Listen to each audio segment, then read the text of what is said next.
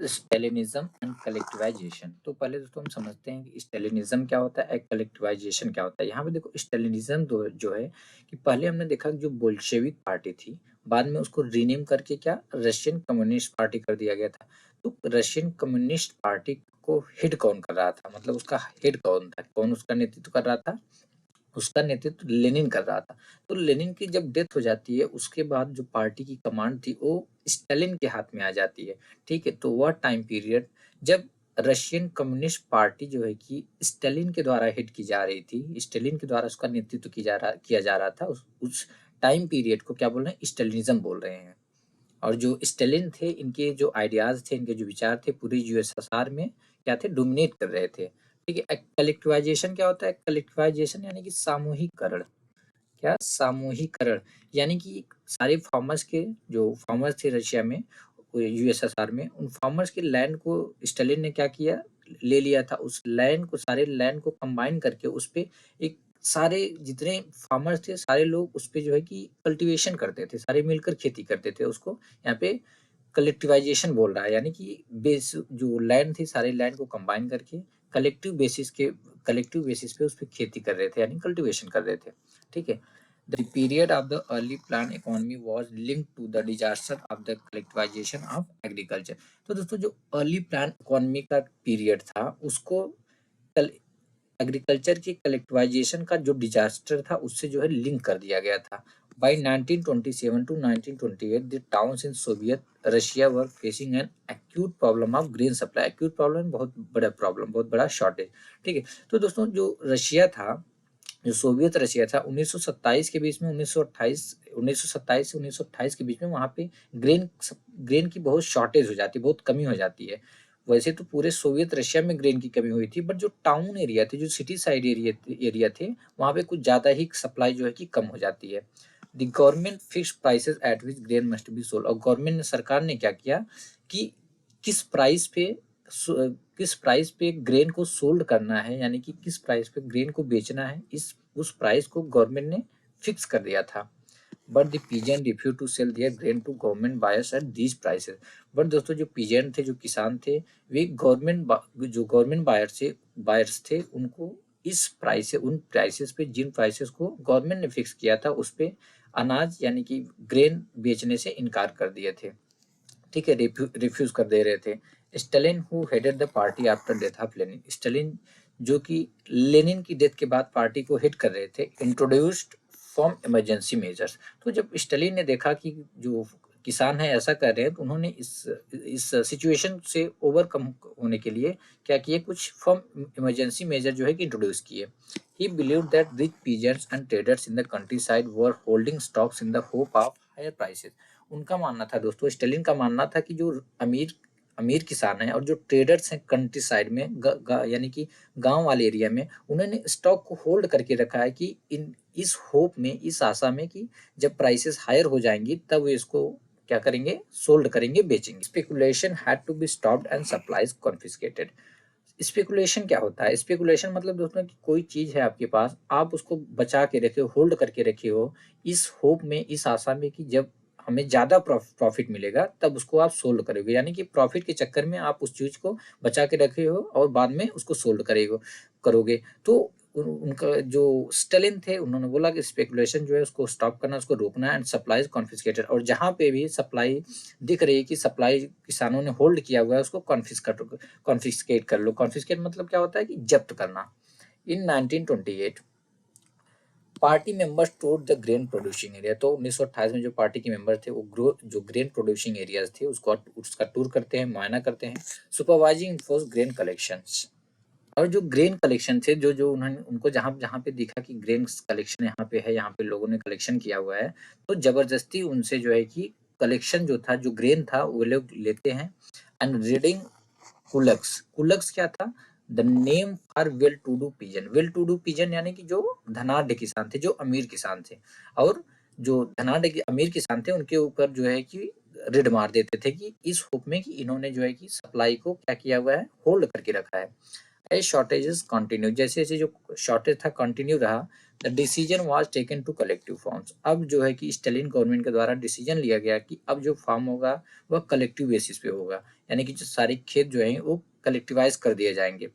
It was argued that grain shortage was partly due to the small size of holding.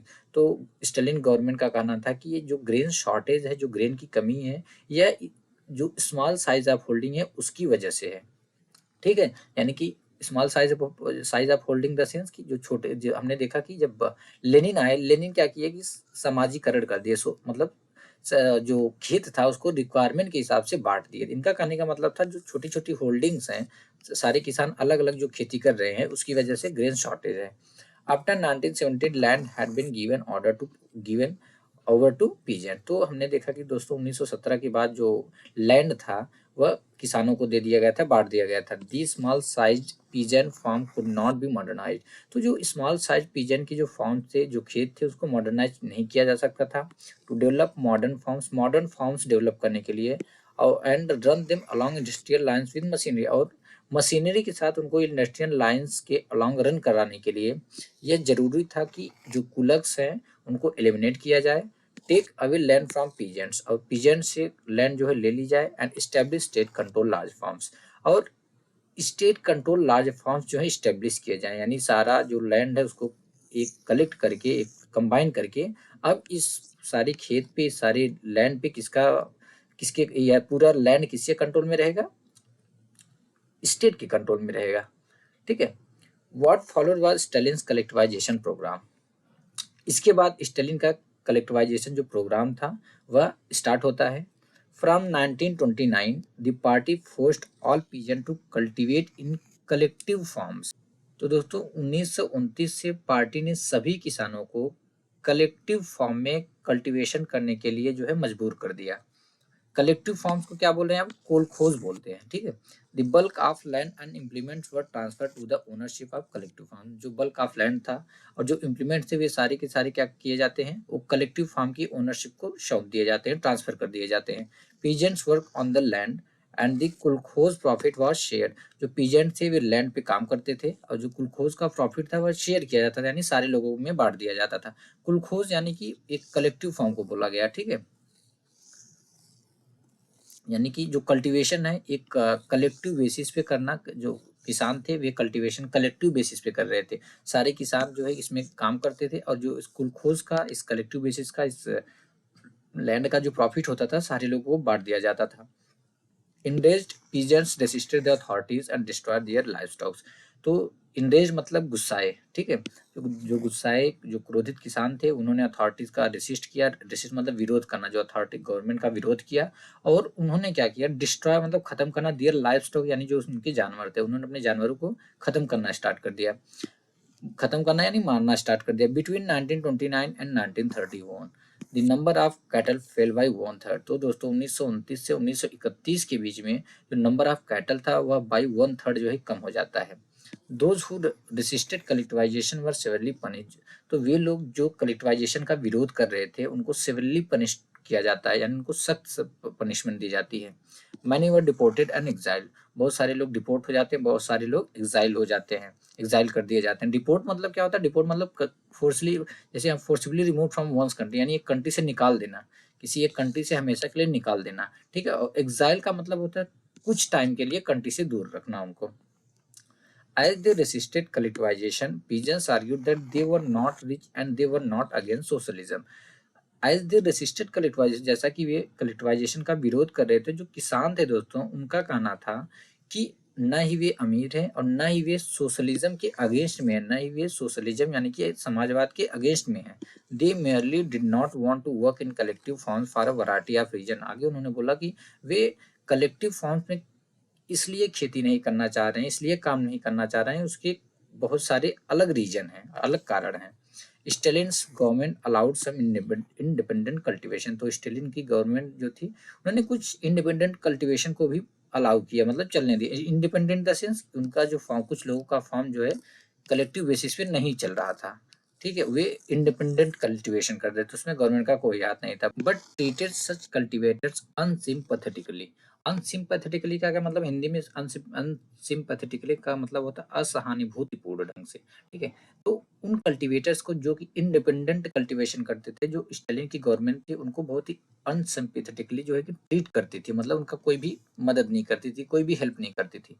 In spite of collectivisation, in spite of मतलब के बावजूद, तो दोस्तों collectivisation के बावजूद, collectivisation में हमने देखा कि सारी लैंड को, सारे फार्मर्स की लैंड को लेकर उनको कंबाइन कर दिया गया और कलेक्टिव बेसिस पे इस पे खेती होने लगी, कल्टीवेशन होने लगा। Production did not increase immediately, जो प्रोडक्शन था दोस्तों वह इंक्रीज नहीं होता इमीडिएटली, मतलब तुरंत प्रोडक्शन इंक्रीज नहीं होता है। इन फैक्ट क्या हुआ, the bad harvest of 1932-1933 led to one of most devastating famines in Soviet history when over 4 million died। Devastating का मतलब होता है भयानक। तो दोस्तों इनफैक्ट हमने देखा कि कलेक्टिवाइजेशन के बेसिस पे भी प्रोडक्शन तुरंत इंक्रीज नहीं होता है, बट जो 1930 से 1933 के बीच में जो बैड हार्वेस्ट हुआ, नेचुरली जो बैड हार्वेस्ट हुआ खराब फसल की वजह से, सोवियत हिस्ट्री का दोस्तों सबसे भयानक जो है कि फेमिन होता है। फेमिन यानी कि सूखा अकाल पड़ता है, जिसमें कि 4 मिलियन से ज़्यादा लोगों की डेथ हो जाती है। 4 मिलियन से ज़्यादा लोग मारे जाते हैं, यानी कि लगभग 40 मिलियन से ज़्यादा, 40 लाख से ज़्यादा लोग। Many within the party criticize the confusion in industrial production under the planned economy and the consequences of collectivization। consequence यानी परिणाम। तो बहुत सारे लोग दोस्तों पार्टी में, पार्टी के अंदर भी बहुत सारे लोग थे जिन्होंने की प्लान इकोनॉमी के अंडर जो इंडस्ट्रियल प्रोडक्शन से कंफ्यूजन था उसको लेकर और कलेक्टिवाइजेशन के परिणाम को लेकर जो है कि गवर्नमेंट को क्रिटिसाइज करने लगे। Stalin and his sympathisers charge these critics with conspiracy against socialism. तो दोस्तों तो ऐसे जो क्रिटिक्स थे जो कि क्रिटिसाइज कर रहे थे किसको, स्टालिन की गवर्नमेंट को, उन्होंने क्या किया कि इन्होंने, स्टालिन ने और जो इनके क्या थे, इनके जो सहयोगी थे, जो समर्थक थे, उन्होंने इन लोगों पर कॉन्स्पिरेसी का जो सोशलिज्म के अगेंस्ट कॉन्स्पिरेसी का चार्ज लगा दिया। कॉन्स्पिरेसी क्या होता है, कॉन्स्पिरेसी का मतलब होता है कि साजिश रचना या षड्यंत्र रचना, यानी कि ऐसा चार्ज लगा दिया कि ये लोग जो है, जो कि इनको क्रिटिसाइज कर रहे थे, ये लोग सोशलिज्म के अगेंस्ट में जो है कि षड्यंत्र रच रहे हैं। Accusations were made through out the country, इसी प्रकार का एक्यूजेशन जो था, जो आरोप था, कंट्री में बहुत सारे लोगों पे लगाया जाता है। एंड बाय 1939, तो दोस्तों 1939 तक ओवर 2 मिलियंस वर इन प्रिजन्स और लेबर कैंप। तो सोचो 2 मिलियन से ज़्यादा लोग जो है कि या तो जेल में डाल दिए गए या तो लेबर कैंप्स में डाल दिए गए। Most were innocent of the crime, तो दोस्तों बहुत सारे लोग उसमें से इनोसेंट थे जिन्होंने कोई क्राइम किया ही नहीं था। But no one spoke for them, but उनके लिए कोई भी बोलने वाला नहीं था, न ही उनकी कोई सुनने वाला था। A large number were forced to make false confessions under torture and were executed। Confession का क्या मतलब है, कन्फेशन का मतलब होता है दोस्तों कि दोष स्वीकार करना, ठीक है, दोष स्वीकार करना या अपराध स्वीकार करना। तो इसमें से बहुत सारे लोग ऐसे थे दोस्तों जिनसे कि स्टालिन की गवर्नमेंट ने टॉर्चर करके उनसे अपराध स्वीकार कराए और उनको एग्जीक्यूट कर दिया, उनको मार डाला। Several among them were talented professional, इसमें से बहुत सारे लोग जिनको अपराध जबरदस्ती स्वीकार कराया गया था और उनको मार दिया गया था, बहुत सारे लोग टैलेंटेड प्रोफेशनल थे। टैलेंटेड प्रोफेशनल का द सेंस कि वे लोग जो है जो होता था वही बोलते थे, ठीक है, मतलब सही बातें बोलते थे। होता है ना, कुछ लोग पॉपुलर होते हैं समाज में, कुछ लोग पॉपुलर होते हैं जिनकी बातें जो पब्लिक सुनती है, तो ऐसे लोग थे जो टैलेंटेड प्रोफेशनल थे। The global influence of the Russian revolution and the USSR. तो दोस्तों अब देखते हैं इसका ग्लोबल इन्फ्लुएंस क्या था, मतलब वर्ल्ड में इसका क्या इन्फ्लुएंस रहा, किसका, रशियन रिवॉल्यूशन और यूएसएसआर का। Existing socialist parties in Europe did not wholly approve of the way the Bolsheviks took power and kept it। तो दोस्तों जो सोशलिस्ट पार्टीज थी जो कि यूरोप में एग्जिस्ट कर रही थी, वे बोल्शेविक थे उनके द्वारा पावर को टुक ओवर करने के तरीके से और उसको शासन करने के तरीके से होली अप्रूव नहीं कर रहे थे, यानी कि पूरी तरह से खुश नहीं थे, पूरी तरह से वे सहमत नहीं थे। However, the possibility of a workers' state fired people's imagination across the world। But दोस्तों लेकिन जो वर्कर्स थे उनके स्टेट की स्थापना की पॉसिबिलिटीज ने जो वर्ल्ड के लोग थे उनके लोगों में एक नई उम्मीद जगा दी थी। इन मैनी कंट्रीज, बहुत सारी कंट्रीज में communist parties were formed, communist party बनाई जाती हैं, like the Communist Party of Great Britain, जैसे कि Communist Party of Great Britain. The Bolsheviks encourage colonial peoples to follow their experiment. और Bolshevik party ने क्या किया, बोल्शेविक लोगों ने क्या किया, बोल्शेविक ने जो कॉलोनियल लोग थे उनको भी इनकरेज किया कि वे भी उनके जो आइडियाज हैं उनको फॉलो करें। Many non-Russians from outside the USSR participated in the Conference of the Peoples of the East and the Bolshevik founded Comintern। तो बहुत सारे नॉन रशियन जो थे, जो कि यूएसएसआर से बाहर के थे, उन्होंने भी conference of the people of the East में और बोल्शेविकों द्वारा बनाए गए कमिंटन में पार्टिसिपेट किया था। कमिंटन क्या था? कमिंटन था an international union of pro Bolshevik socialist party. यह एक इंटरनेशनल यूनियन था प्रो बोल्शेविक सोशलिस्ट पार्टीज का, ठीक है, यानी जो बोल्शेविकों का समर्थन करते थे। Some received education in the USSR Communist University of the Workers of the East. कुछ लोगों ने एजुकेशन लिया कहाँ पे? उनको एजुकेशन मिलती है कहाँ पे? यूएसएसआर के Communist University of the Workers of the East में। By the time of the outbreak of the Second World War, the USSR had given socialism a global face and a global stature। Outbreak का मतलब होता है कि शुरुआत या शुरू होना, ठीक है। तो दोस्तों जब सेकेंड वर्ल्ड वॉर शुरू हुआ तब तक जो यूएसएसआर था उसने सोशलिज्म को एक ग्लोबल फेस और वर्ल्ड स्टेचर दे दिया था। स्टेचर का मतलब होता है, स्टेचर का मतलब होता है कि आकार या ऊंचाई, ठीक है। यानी कि जब वर्ल्ड वॉर टू स्टार्ट होता है तब तक सोवियत की वजह से, यानी कि यूएसएसआर की वजह से सोशलिज्म को एक global face of world stature जो है कि मिल चुका था।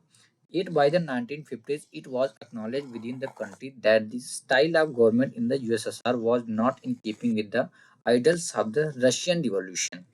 It by the 1950s यानी 1950 तक it was acknowledged within the country।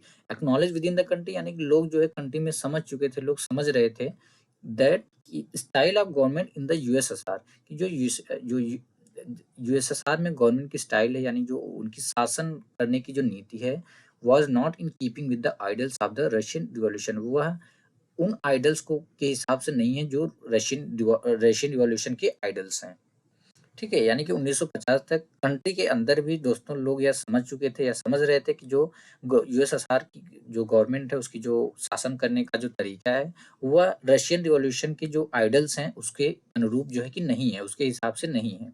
In the world socialist movement to it was recognised that all was not well in the Soviet Union. तो दोस्तों जो वर्ल्ड सोशलिस्ट मूवमेंट था, यानी जो world सामाजिक आंदोलन था, उसमें भी लोगों ने यह रिकॉग्नाइज कर लिया या मान लिया कि सोवियत यूनियन में सब कुछ ठीक नहीं चल रहा है। Backward country had become a great power. एक बैकवर्ड कंट्री, पिछड़ी हुई कंट्री जो है कि एक ग्रेट पावर बन चुकी थी, यानी उसको ग्रेट पावर एक बोल सकते हैं कि महान शक्ति बन चुकी थी। It's industries and agriculture had developed and the poor were being fade. इसकी जो इंडस्ट्रीज थी, किसकी? यूएसएसआर की। इसकी जो इंडस्ट्रीज थी और एग्रीकल्चर थी वो बहुत डेवलप हो चुकी थी और यहाँ पे गरीबों को भी खाना जो है कि मिल रहा था। But it had denied the essential freedoms to its citizens and carried out its developmental project through repressive policies. तो दोस्तों जो यहाँ के सिटीजन है, कहाँ के यूएसएसआर के जो सिटीजन थे, उनको जो उनकी जो कुछ इसेंशियल फ्रीडम्स हैं उनको नहीं दिया जा रहा था, यानी कि जो जरूरती जो उनकी आज़ादी है उनको नहीं दी जा रही थी, जो कि बहुत चीज जरूरी था वह उनको नहीं दिया जा रहा था। And carried out development project through repressive policies, और इसके जो डेवलपमेंट प्रोजेक्ट थे उनको रिप्रेसिव पॉलिसीज के थ्रू जो है कि लागू किया जाता था। रिप्रेसिव पॉलिसीज यानी कि एक हिसाब से समझो दमनकारी पॉलिसीज, जबरदस्ती लागू किया जाता था, ठीक है। By the end of the 20th century the international reputation of the USSR as a socialist country had declined, though it was recognized that socialist ideals still enjoy respect among its peoples। By the end of the 20th century यानी कि 20th century के अंत तक the international reputation of the USSR as a socialist country, तो जो international reputation था USSR का as a socialist country के रूप में, वो क्या हो गया था? डिक्लाइन हो चुका था, बहुत काफी जो है कि वो डिक्लाइन हो चुका था। And it was recognised that socialist ideals still enjoy respect among its people. और यह रिकॉग्नाइज किया गया, यह देखा गया कि वहाँ के जो लोग हैं उनके मन में सोशलिस्ट के जो आइडल्स होते हैं उसको लेकर बहुत काफी जो है अभी भी रेस्पेक्ट है, अभी भी वे सम्मान करते हैं। But in each country the ideas of socialism were rethought in a variety of different ways. But each countries में दोस्तों और अदर कंट्रीज में जो आइडिया था सोशलिज्म का उसको रीथॉट किया गया in a variety of different ways, यानी डिफरेंट वेज में, ठीक है। तो फाइनली दोस्तों हमने ये चैप्टर कंप्लीट कर लिया और आशा करता हूँ कि आपको भी ये चैप्टर समझ में आ गया होगा। तो मिलते हैं नेक्स्ट वीडियो में।